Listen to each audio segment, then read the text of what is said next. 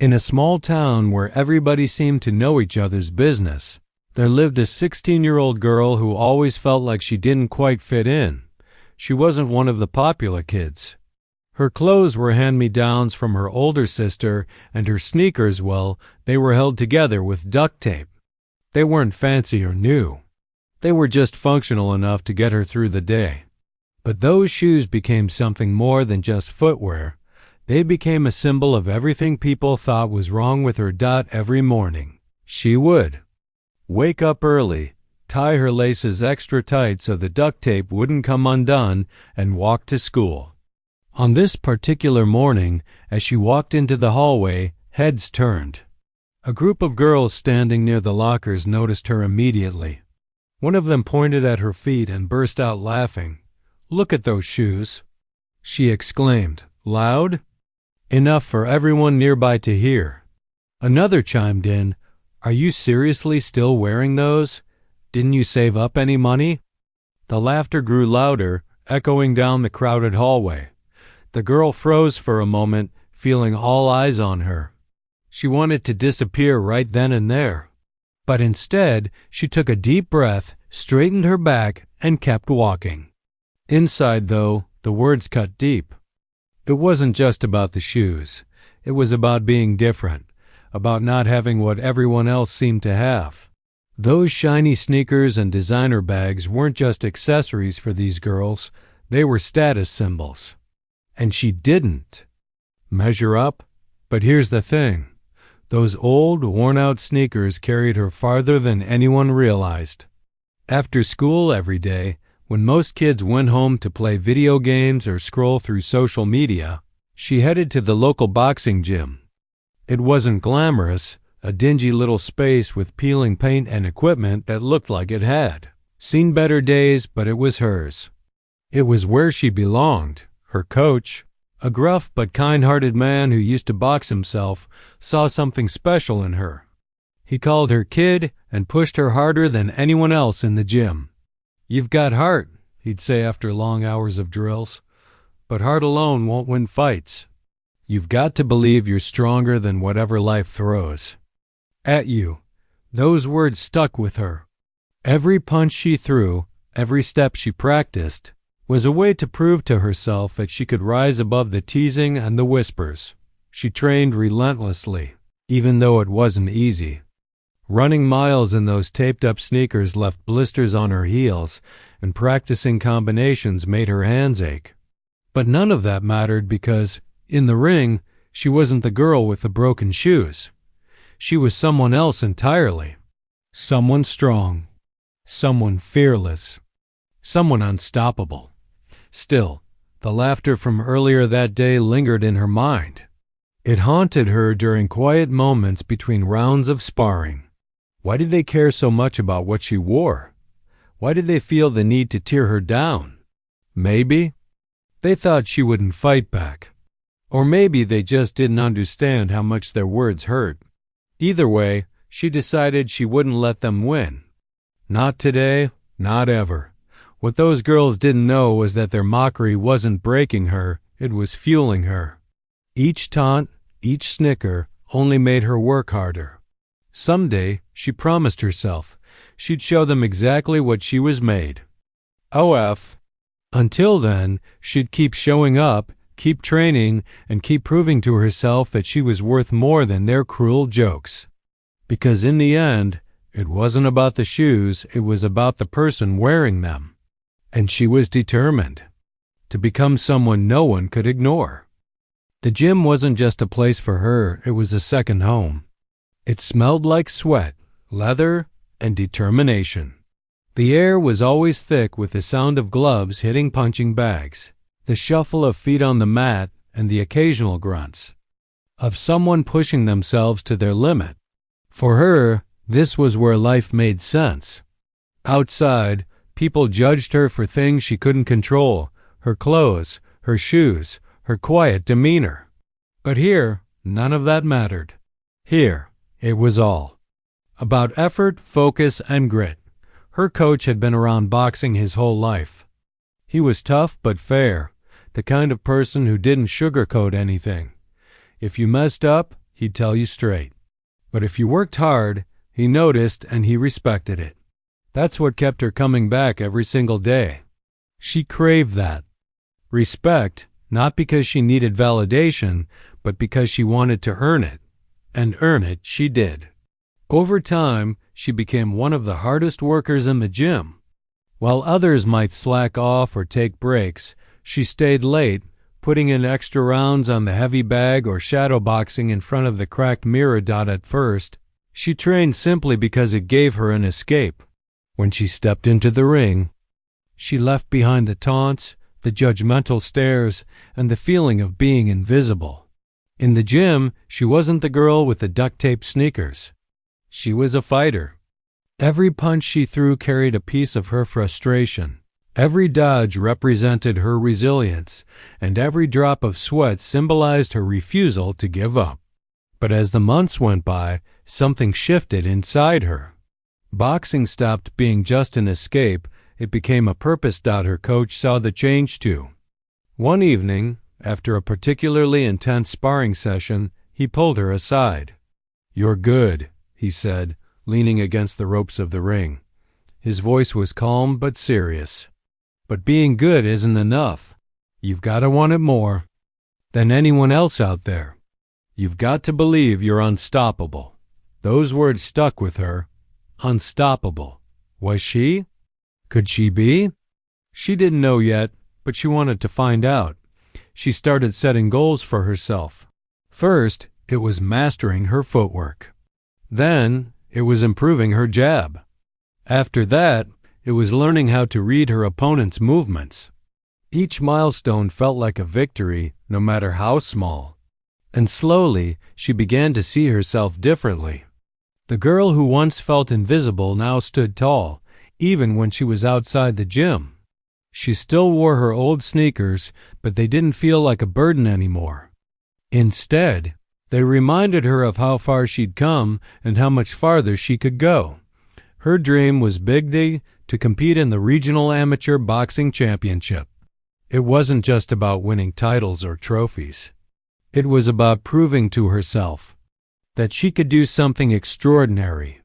But dreams like that don't come easy, especially when you're starting from scratch. She didn't have fancy gear, expensive training programs, or sponsors backing her. All she had were her worn-out shoes, her determination, and the lessons her coach drilled into her head every day. Still, doubts crept in sometimes. Late at night, when she was lying in bed sore from another long day of training, she'd wonder if she was chasing something impossible. What if she wasn't strong enough? What if she failed? What would people say then? The thought of facing those same girls who laughed at her shoes with their designer outfits and perfect hair was daunting. Would they gloat? Would they say, "We told you so"? But then she'd remember why she started in the first place. This wasn't about them. It was about her. About showing herself that she was capable of more than anyone, including herself, thought possible. So she pushed through the pain, ignored the fear, and kept moving forward. One step at a time, one punch at a time, one breath at a time. Her coach often reminded her that boxing wasn't just physical, it was mental. "Your body can take almost anything," he'd say. "It's your mind you've got to convince."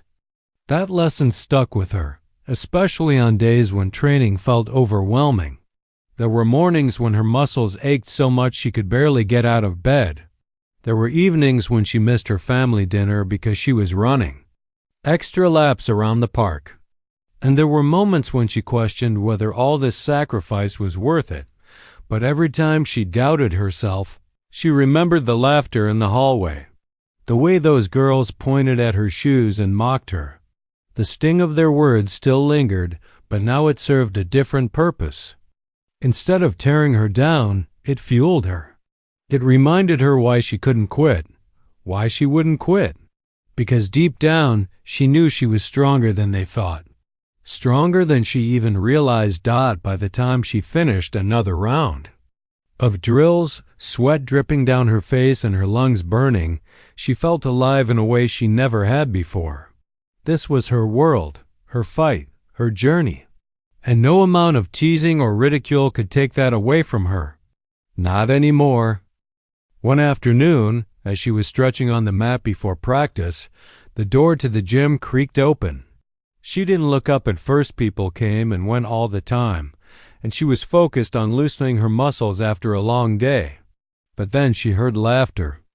Not the kind that comes from joy or camaraderie, but the sharp, mocking kind that made her stomach tighten. She glanced over and saw them. A group of girls walking in like they owned the place. Their leader, the same one who had laughed at her. Shoes in the hallway, strutted ahead with confidence. She wore designer workout gear that looked brand new, and her sneakers gleamed under the fluorescent lights.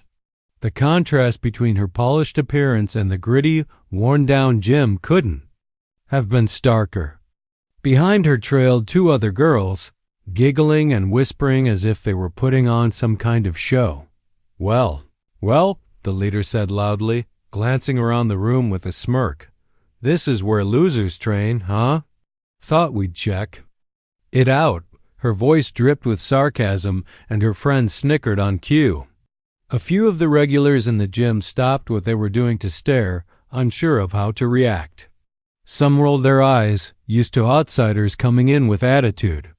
Others exchanged nervous glances, wondering if this would escalate into something bigger. For a moment, she considered ignoring them. After all, she was here to train, not to deal with drama.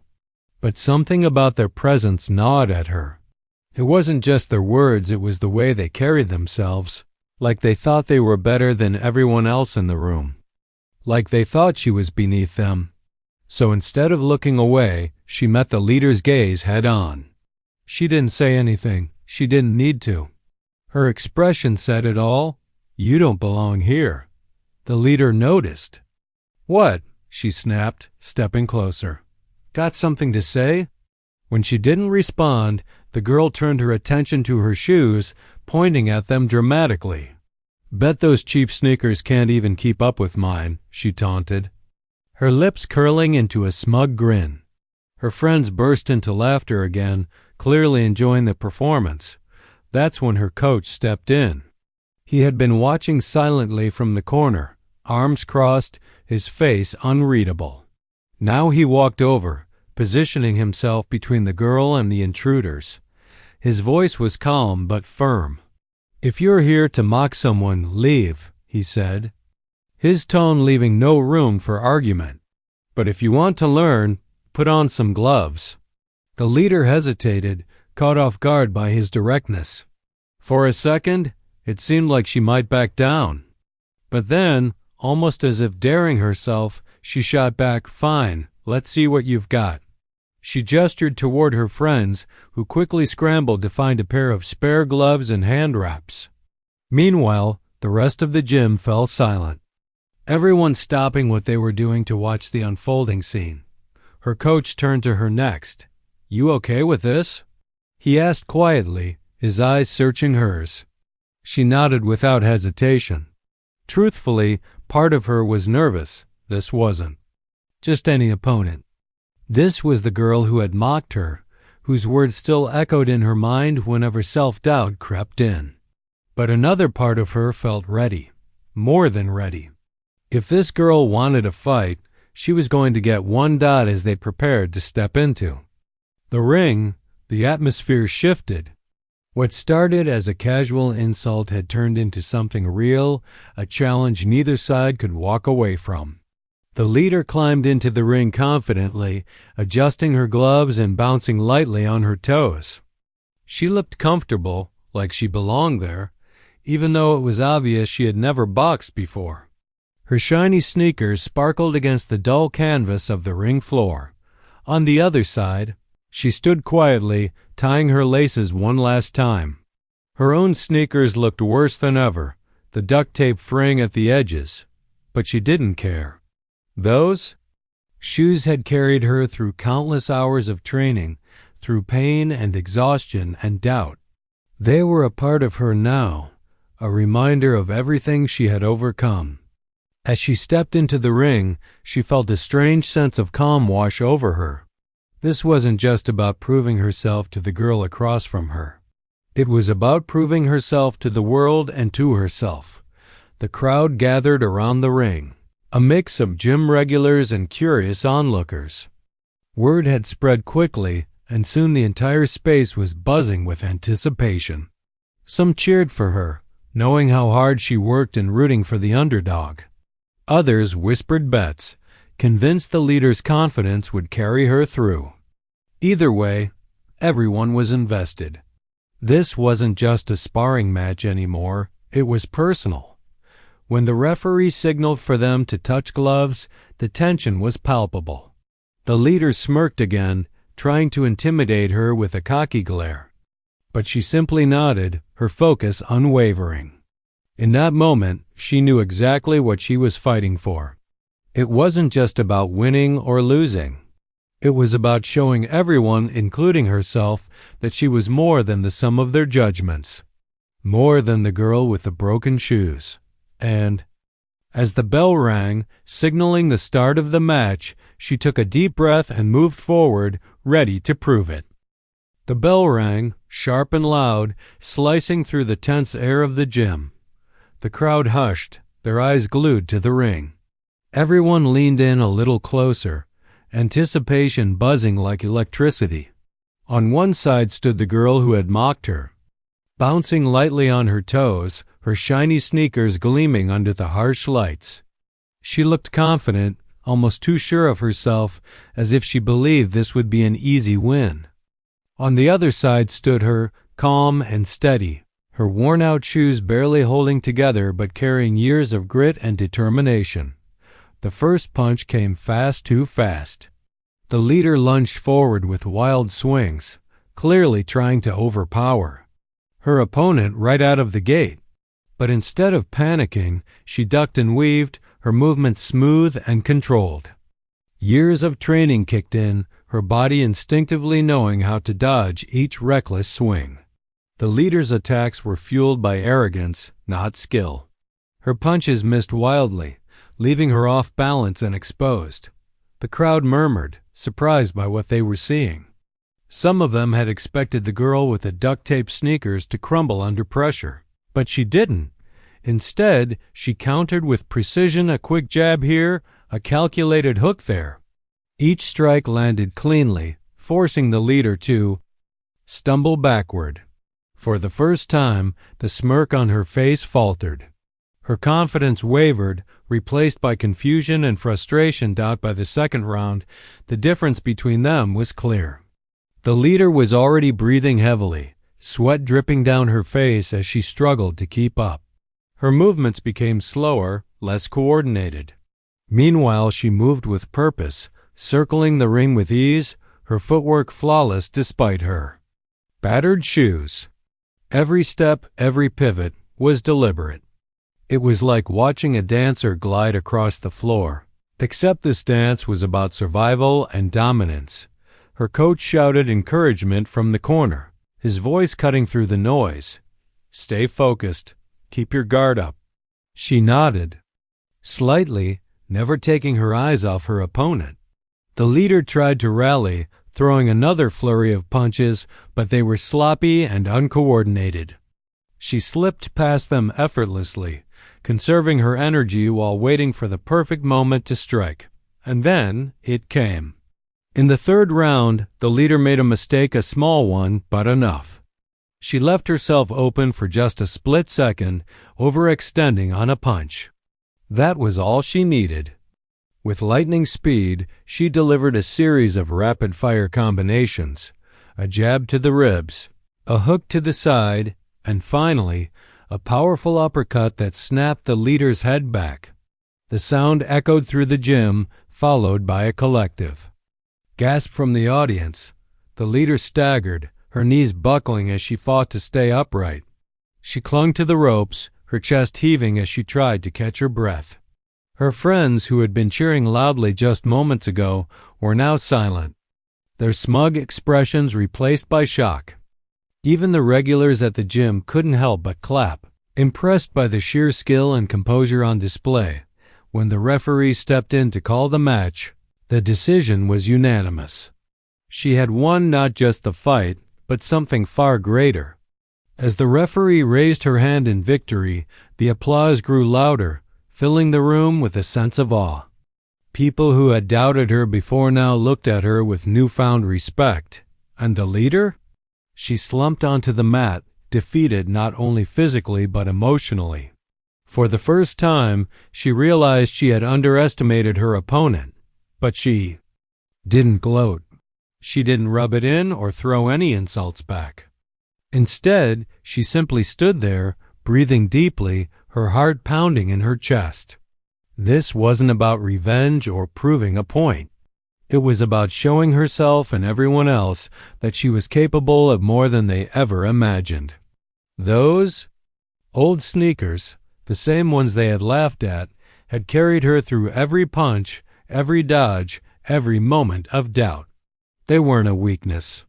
They were a testament to her strength. As the crowd cheered, she glanced around the gym, meeting the eyes of the people who had once mocked her.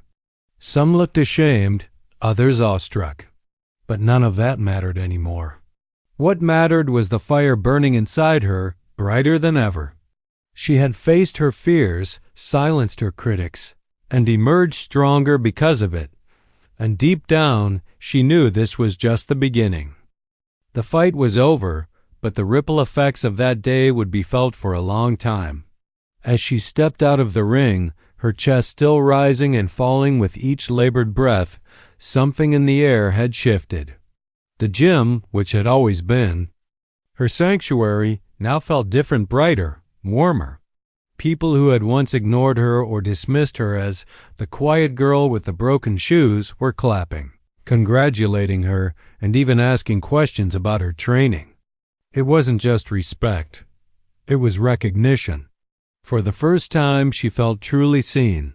The leader of the group, the one who had mocked her shoes and challenged her to the match, was sitting on the mat, her designer sneakers scuffed and her confidence shattered. She looked up at her former target, hesitated for a moment, and then muttered, "You're better than I thought." It wasn't exactly an apology, but it was close enough. There was no sarcasm in her voice this time, no smirk on her face. Just a raw honesty that came from being humbled. She didn't respond right away. Instead, she knelt down beside her defeated opponent and offered a hand to help her up. When the other girl took it, their eyes met briefly, and something unspoken passed between them. Maybe it was understanding, maybe it was mutual respect. Whatever it was, it marked the start of a change, not just for her, but for everyone watching. Word of the fight spread quickly through school the next day. Kids who hadn't cared about her before suddenly wanted to know more about her boxing journey. Some came up to her between classes, saying things like, "I heard what happened at the gym. That was insane." Or, "You really showed them." Others apologized for not standing up for her when the teasing started. At first, she wasn't sure how to react. These were the same people who had laughed at her shoes, whispered behind her back, or pretended she didn't exist. But instead of holding on to bitterness, she chose to let it go. Holding grudges wouldn't make her stronger, it would only weigh her down. One afternoon, during lunch, a few of the girls from the gym incident approached her table. They weren't laughing anymore. In fact, they seemed nervous, fidgeting with their trays as they stood there awkwardly. Finally, one of them spoke up. "We're sorry," she said softly. "For everything we didn't mean." "Well, we shouldn't have said those things about your shoes." She looked at them for a moment, studying their faces. Part of her wanted to lash out, to tell them exactly how much their words had hurt. But another part of her understood that they were trying. Apologies weren't easy, especially for people who prided themselves on always looking perfect. "So?" She nodded slowly and said, "Thanks for saying that. I appreciate it." It wasn't forgiveness overnight. Some wounds take time to heal, but it was a start. Over the following weeks, she noticed subtle changes. The teasing stopped completely. Her classmates began treating her differently, not because she had won a fight, but because they finally saw her for who she really was, someone determined, resilient, and unafraid to stand up for herself. Those old sneakers, once a source of ridicule, became a symbol of strength. Even the teachers started noticing, often pulling her aside after class to encourage her to keep pursuing her dreams. Her coach was proud too, though he didn't say it outright. He had always believed in her potential, but seeing her handle both the fight and its aftermath with such grace made him beam with quiet pride. "You've got guts, kid," he told her one evening after practice.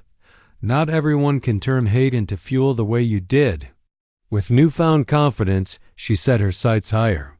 Winning that match had given her a taste of what she was capable of, and now she wanted more. She began training harder than ever, pushing herself to new limits. Her goal, the regional amateur boxing championship, felt closer than ever. Every early morning run, every late-night drill, every drop of sweat poured into her preparation brought her one step nearer to achieving it. But this time, it wasn't just about proving herself to others.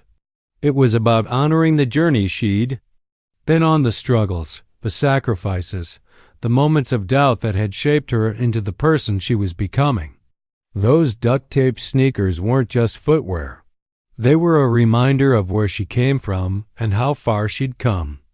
And when the day finally arrived for her to step into the championship ring, she wore them proudly, knowing they carried more meaning than any shiny new pair ever could. On the day of the tournament, the gym was packed with spectators, friends, family, classmates. Even some of the kids who had once laughed at her shoes showed up to cheer her on. As she walked to the center of the ring, the crowd erupted into applause. She scanned the sea of faces, feeling a surge of gratitude. This wasn't just her victory. It belonged to everyone who had supported her along the way. When the final bell rang and the referee raised her hand in triumph, tears welled up in her eyes, not from relief, but from pride. Pride in herself, in her resilience, in the life lessons she'd learned. She had proven that it wasn't about having the fanciest gear or fitting in with the crowd. It was about believing in yourself, working hard, and refusing to let anyone define your worth. As she left the ring that night, surrounded by cheers and congratulations, she glanced down at her battered sneakers. They were worn out, frayed, and held together with layers of duct tape. To anyone else, they might have looked ordinary or even pathetic. But to her, they were extraordinary, because they represented every punch she'd thrown, every mile she'd run, and every obstacle she'd overcome. And as she walked away, head held high, she knew one thing for certain: no matter what challenges lay ahead, she was ready to face them. After all, if she could walk over laughter and turn it into triumph, there was nothing she couldn't do.